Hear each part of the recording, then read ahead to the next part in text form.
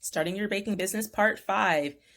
This one is regarding your kitchen and your baking facilities, and it requires a few steps because it's going to depend on the requirements of the health department or the agricultural department, whoever is responsible for monitoring food businesses. If you're a cottage food business, this is also going to vary as well, so you want to make sure to research those. But essentially, when you have a baking business, you're baking from somewhere, so you're baking from your kitchen, and you want to make sure that your kitchen meets the standards and requirements of your local area.